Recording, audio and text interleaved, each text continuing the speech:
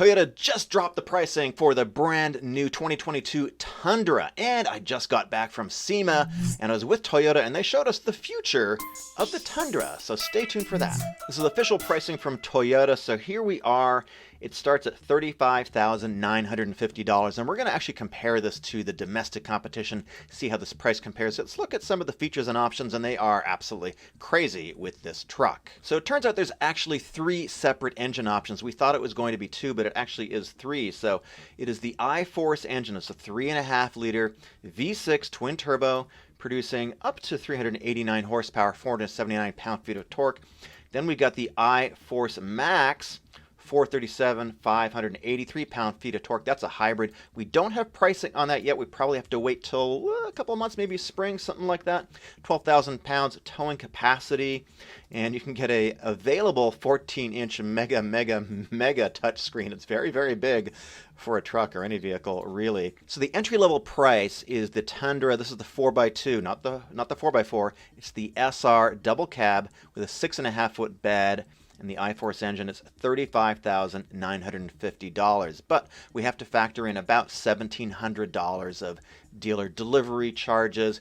And I kind of hate when manufacturers do this, but everybody's doing it. They're sort of adding it on. I know it's been around for a long time. Anyways, you add in that $1,700, and you're at about $37,650, give or take. So it is a little bit more expensive than the domestic trucks. And there is a caveat with this SR, and let me show you what that is. And that is the engine is quite a bit less powerful. In the SR grade, it says they utilize the standard I-Force tuning to produce 348 horsepower and 405 pound-feet of torque. Now, there might be some tuners out there who can read between the lines, and if the ECU is unlocked, and there's no guarantee that it is, you might conceivably be able to get up to that 389 horsepower level if you can crack the tuning situation.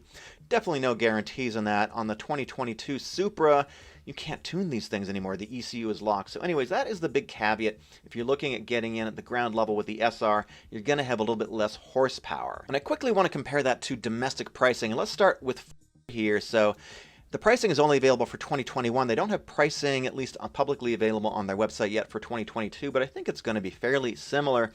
So a couple caveats here. It starts at $29,290, but offers only a 4-door version of it. So in order to get the 4-door version, so we got the Super Cab on the F-150, but that's not really 4 doors. So with the Super Crew, which does give you the 4 doors, we're looking at $37,000. And of course, you got to tack on handling and delivery. So practically speaking, it is priced pretty similarly. So that's no mistake there. But all these manufacturers use a little bit of sleight of hand to make sure their pricing looks more favorable or better. Let's head over to Ram and look at the 1500 Rebel, starting at $33,975.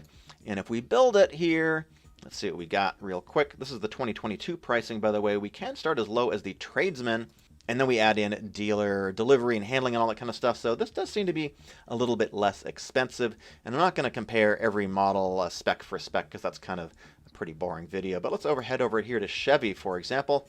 The Silverado 1500. Are you sensing a theme with 1.5 in these American trucks? 1500, F-150? Coincidence? You be the judge. So the 2-wheel drive version here, the 2.7 liter turbo engine. This is the 2021 pricing, by the way. We are looking at $35,910, and then of course we add on the $1,700 destination on here, and so we're getting up there again. So all these trucks are actually priced in a very, very similar entry-level point when you sort of compare them and you try to match up the features. No pricing for the TRD Pro, as I mentioned. We're going to have to wait for that, so that means there's no pricing for the hybrid engine, the most powerful one either, at least not yet. But when you want to get up into the 4x4 version, we're starting with the Tundra 4x4 SR5 double cab. You're at about $43,000 already, and if you really want the one with the better engine, you're probably going to be looking at something like the limited double cab, and so you're at about $49,850, so you're about $50,000 Trucks are expensive. Now let's take a look at what Toyota has got in store for us. And I shot this at SEMA, so a little bit rough. We didn't have much time at the booth, so I shot this very sort of run and gun, quick style, so just keep that in mind. So we're here at SEMA with the 2022 new Tundra, and this is the Desert Runner version of this. So you guys have done at Toyota, you've done some work on this to bring this to SEMA to show us what the aftermarket is capable of doing and what you can do with Toyota racing. So tell me about this thing. It looks insane. You got these huge fenders on here to start with. Yeah, we call it the Desert Chase Tundra. Oh, am I talking to yeah. this? Okay, yeah, we call it the Desert Chase Tundra. TRD did a lot of the design work on it, and the very first thing you'll notice without noticing, because they look so good, is that all the bed sides and the front fenders are all 2 inches wider than stock to accommodate the long travel suspension.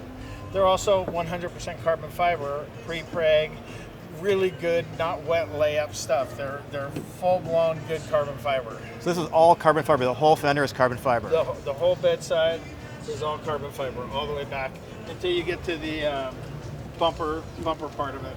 Yeah, wow, it looks... And it's the urethane. It looks amazing. So this gives us more room for more suspension travel. Correct. And we could also probably put a bigger set of wheels and tires on here over the factory setup too, right? Yeah, and the reason for that, obviously, like you just mentioned, is because we want to go with a bigger wheel tire package. The bigger the wheel tire package, the more options you have with construction of it, the tire as well. So we chose the General Grabbers because they're a really good, hardy off-road tire. But the bigger you can go with the tire, in a weird way, if you think about a skateboard, right? And you hit the littlest rock with a skateboard and it wants to throw you over. But a steamroller is the same concept. It's just a much bigger wheel and it'll go over that little rock without thinking twice about it. So you want to put as big a tire as the truck will accommodate. And these fenders and bed sides allow us to do that. So we got these huge carbon fiber fenders up here too. Same philosophy? Same philosophy. To be able to get the suspension travel we want and the turning we want, we have to open up the fender wells a little bit. You want to get them out further because obviously we're sticking this wheel out a lot further and we got the big tire on there again. So the tricky parts are getting these molds for the carbon fiber fenders to actually fit around all these little edges and look good and make it look like it's an OE quality product. Right, right. But it's lighter, it's very durable, it's strong, and it'll take the rocks like anything, so you're going to spit up rocks like crazy in this thing. In practice, it seems to work pretty good. Yeah, so this has some revised suspension here too to give it more travel, right? So I noticed, I was looking at it, we had some lower control arms that are different. We have some upper control arms that are a little bit different too. Am I super close to the camera? Uber close. We'll do some B-roll with that. Yeah. This has some lights that don't come with the standard Tundra. Tell me about these lights. They look like they're gonna light up a forest here at night. Yeah, that's kind of what we're trying to do is you want to be able to drive through the desert with not a street light within 100 miles of you and feel like you're in the middle of Times Square. We want to brighten the crap out of it. So we got the rigid lights on the front. You got your stock built-in light bar that comes with the TRD Pro. There's a dash switch for that.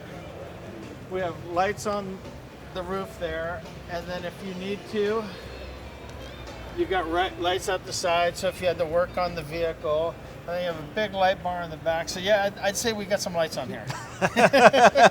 So tell me about this over here. What do we got going on here? So ARB makes these Tread Pros. So what happens a lot of times, especially if you're going in to chase one of your vehicles that might have broke down on the course, you'll get into some really bad silt or some really bad sand. What that allows you to do, if you get stuck in it, you can kind of dig in, put that under your tire, and drive out on it because it has, some pretty aggressive knobs on there, and it'll work as a way to get you out of stuck places. Right, and so this comes with this mounting kit here too, so it fits.